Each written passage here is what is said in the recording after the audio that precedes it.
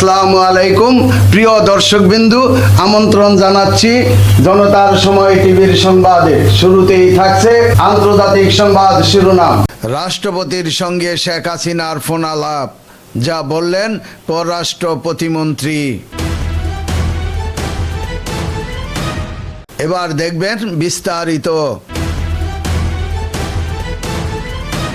পররাষ্ট্র প্রতিমন্ত্রী শামা ওবায়েদ ইসলাম বলেছেন, চিকিৎসার জন্য লন্ডনে গিয়ে ক্ষমতাচ্যুত সাবেক প্রধানমন্ত্রী শেখ হাসিনা এবং রাষ্ট্রপতি মোহাম্মদ শাহাবুদ্দিনের মধ্যে ফোন আলাপের কোনো তথ্য পররাষ্ট্র মন্ত্রণালয়ের কাছে নেই।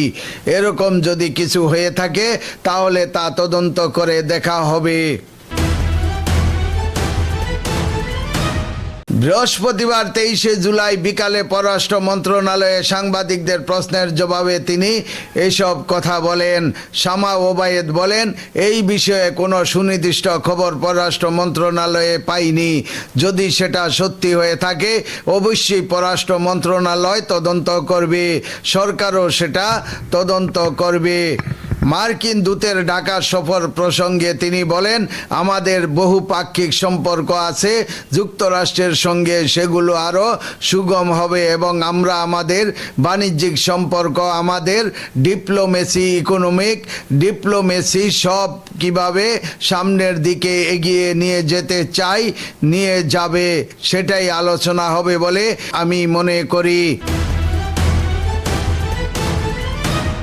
ভারতে ছাত্র আন্দোলন চলছে, সেটিকে অনেক বাংলাদেশি রয়েছে। এই নিয়ে বাংলাদেশের উদ্বেগ আছে কিনা জানতে চাইলে শামা ওবায়েদ বলেন, বাংলাদেশে একটি গণতান্ত্রিক রাষ্ট্র ও গণতান্ত্রিক সরকার হিসাবে আমাদের এই অঞ্চলে স্থিতিশীলতা ও শান্তি বজায় থাকুক, সেটাই আমরা চাই।